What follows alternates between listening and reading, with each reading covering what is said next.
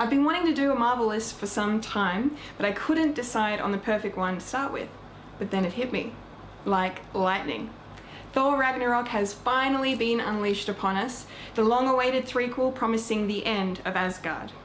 And Thor also happens to be my favourite Marvel hero, so it seemed logical to start my Marvel journey here. Also, I get to talk about Tom Hiddleston. Swoon. So grab your Mjolnir and put on your horns as we journey the Bifrost to Asgard and the top 10 moments of the Thor Trilogy. Spoilers ahead.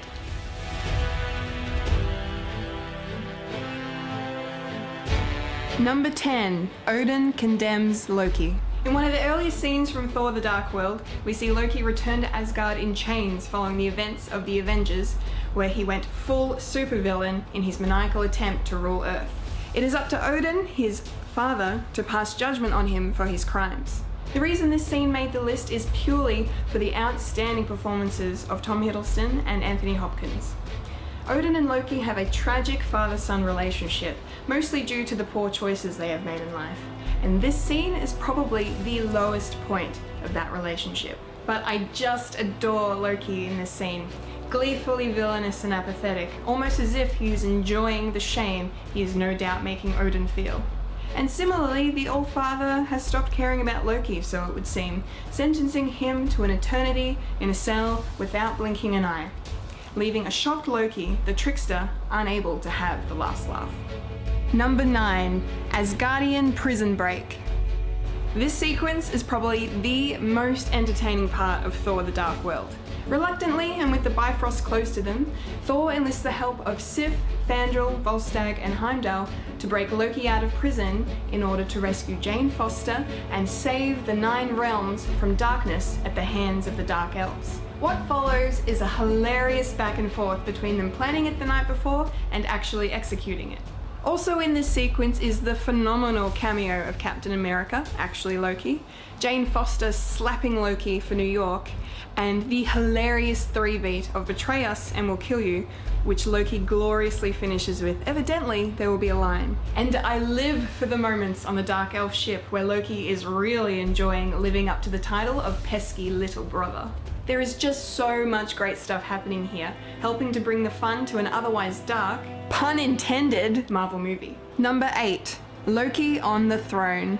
I've cheated a little here, combining 2 different moments from 2 different movies. The common denominator? Loki is on the throne.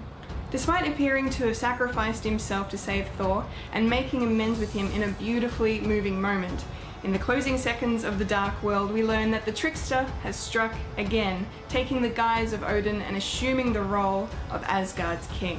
What a cliffhanger that was! Cut to the beginning of Thor Ragnarok, where Odin is having the time of his life watching a performance of The Tragedy of Loki of Asgard, starring none other than Sam Neill as Odin, Luke Hemsworth as Thor, and Matt Damon as the God of Mischief himself. This moment had me in absolute hysterics.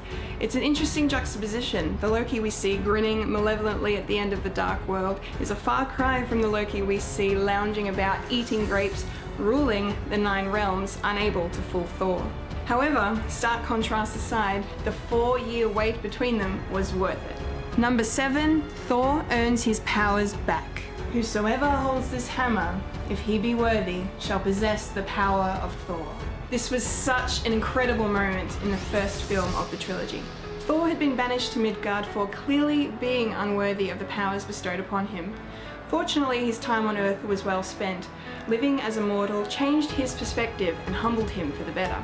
This all comes to a head when Loki sends the Destroyer to Earth to take out Thor, Sif, and the Warriors 3, and anything and anyone that gets in his way. Thor can't do much more than shield his mortal friends and watch as his Asgardian ones start to lose the fight. Unable to bear it any longer, he faces up to the Destroyer, knowing full well if he cannot reason with his brother, he will be killed. It is this sacrifice that returns Mjolnir to him, and in a magnificent display of power, the God of Thunder is back and fully realized. Oh my god, indeed, Jane. Number 6. Battle on Jotunheim. The reason this moment sits where it does boils down to its sheer importance. The fight against the frost giants on Jotunheim is the catalyst for everything that follows. Thor, being rash and arrogant, decides to take it upon himself to make the Jotuns pay for sneaking into Asgard. Along with Loki, Sif, and the Warriors 3, they journey the Bifrost to Jotunheim and come up against the frost giants in a battle that only starts because one of them called Thor a princess. The fight that follows is an entertaining one, introducing each of the characters to the audience, showcasing their abilities, and the first use of Mjolnir on screen with an incredible lightning blast. Odin manages to get them out of it just barely, and subsequently banishes Thor for his actions, which is a powerful scene in and of itself. And thus, a trilogy is born. Number 5. Loki's imprisonment. My favourite moments from Thor the Dark World would have to come from Loki's brief time being incarcerated. The first scene being the most powerful, but not the most heartbreaking. Frigga appears to Loki in his cell in order to console him, comfort him even. But as per usual, Loki lets his emotions get the better of him, and he rejects his mother's love. Tom Hiddleston's performance in the scene is simply amazing. Next we see Loki is during the prison riot, when we get a delicious face-off between him and Curse, who decides rather instinctively not to release him. But that doesn't stop the God of Mischief from helping him anyway. And lastly, and most heartbreaking, we see Loki's reaction to the death of Frigga. He wasn't allowed to go to her funeral, of course, so instead destroyed what was of his confines and tried and failed to conceal it from Thor with an illusion. The line, "Now you see me, brother," breaks my own heart, making Loki a villain supremely difficult to hate. Number 4. Thor and Loki fight. This is where everything in the first Thor movie comes to a head. Both Thor and Loki have changed dramatically since the beginning of their stories. Loki has manipulated everyone around him, as if he's playing a game of chess from both sides. In order to gain Odin's approval in his twisted way, he sets out to destroy Jotunheim after killing his real father, Laufey, king of the frost giants. The newly humble Thor knows this is not the way, and Loki proceeds to lure him into a fight. The dialogue between them, by the way, is outstanding. The battle that ensues between these two brothers is definitely the high point of the movie, as these legendary comic book characters are finally realised on the big screen. Yet it is Thor's further sacrifice that really strengthens this scene.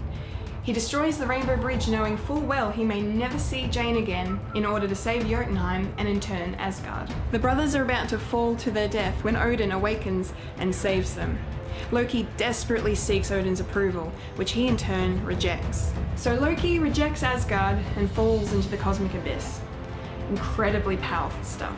Number 3. Contest of Champions. It's main event time, and what a main event this was. One of the big draw cards for Thor Ragnarok was the highly anticipated inclusion of the Planet Hulk storyline, which features the Hulk as a gladiator champion. And boy did it not disappoint. After landing unwittingly on Sakaar, Thor is unwillingly forced to face off against the Grandmaster's champion, which luckily, or unluckily depending on how you look at it, turned out to be the Incredible Hulk. These scenes were filled with action, emotion, and so much laughter. My favourite things being the callbacks to the previous Avengers movies. Sun's getting real low, the line Black Widow uses to get the Hulk to shift back into Bruce Banner from Age of Ultron, and Thor being thrown about like Loki was in Avengers 1, which caused Loki's hysterical response of, "Yes, that's how that feels." And I cannot forget to include the epic moment that was Thor channeling the lightning through him, causing a huge explosion of sorts at the climax of the fight. I'd say it doesn't get much better than this, but we've still got more to come. Number 2. Loki confronts Odin. This is the moment where Loki began his journey into darkness, where what began as mere mischief and envy of his brother Thor turned into something more sinister. On Jotunheim, Loki discovers that he is actually a frost giant and not Asgardian as he was raised to believe. After Thor's banishment, he confronts Odin and demands to know the truth. What follows is the peak of Tom Hiddleston's breakout performance. He delivers his lines, in particular the following: "So I am no more than a stolen relic, locked up here until you might have use of me." And what? Because I am the monster parents tell their children about at night, in such a way that you immediately feel sympathetic for him. Whilst Odin's intentions were good, he did not fully realise the betrayal that Loki would see it as.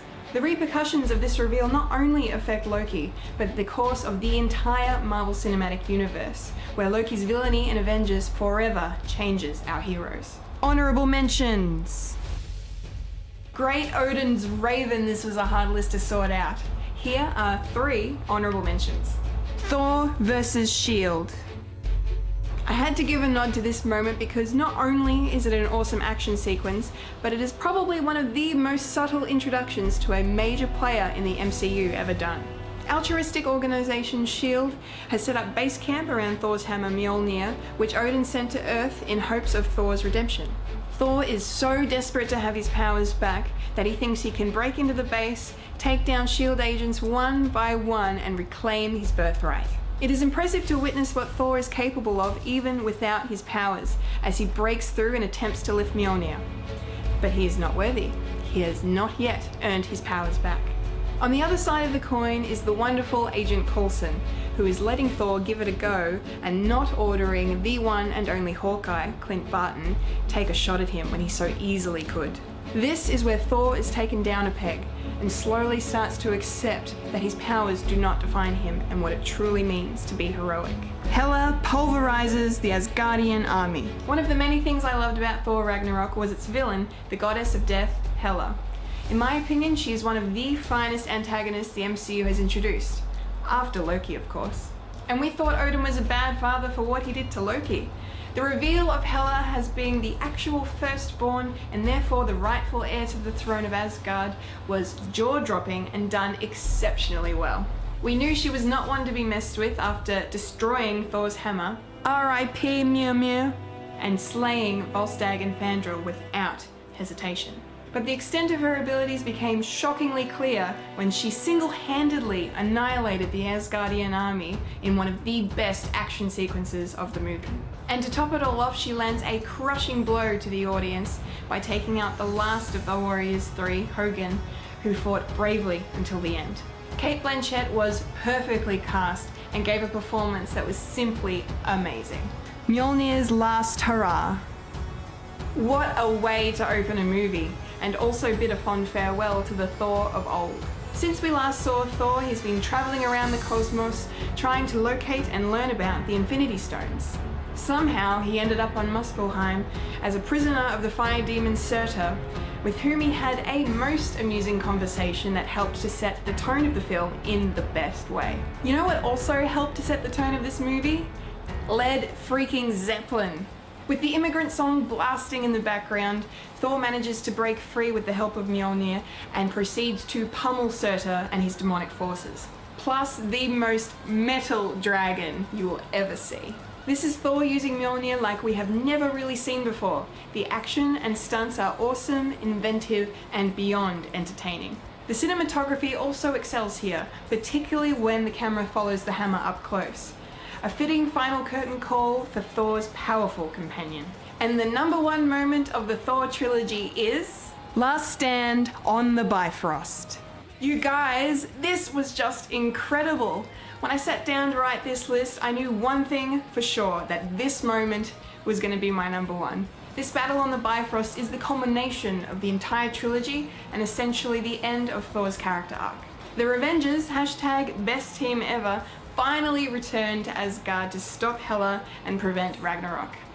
Thor takes Hela head on, managing to hold his own at first, but soon she begins to overpower him and he loses an eye in the process. Meanwhile, on the Rainbow Bridge, Heimdall, Valkyrie and Bruce Banner are doing their best to hold off the undead Asgardian army. Loki arrives in what is his best entrance since San Diego Comic-Con, and along with the delightful Korg and Meek, they aid in the fight whilst the Asgardian citizens escape onto their ship. But where things get really epic is the moment where Thor's powers become truly godly. His lightning knocks Hela down and he joins the fight in a display of complete epic power like we've never seen before. The immigrant song also makes a return here and fits perfectly as a backdrop to our heroes, including Loki now, as they fight and defend against Hela's army in a breathtaking fashion. Also seeing Hulk and Fenris the Wolf going head to head was truly a sight to behold. Thor has finally earned and is ready to take Odin's place as the King of Asgard. That is it, my friends. Those are the top 10 moments of the Thor trilogy. What did you think? Did I leave anything out? Don't forget to leave a comment, like this video, and subscribe to Fred the Alien for more videos like this one. If you like the sound of my voice, you can find me on the Friday Nights at Fred's podcast and the monthly at Winifred's podcast. I've been a Kendall, son of Richard, and you've just experienced Collectible Chaos.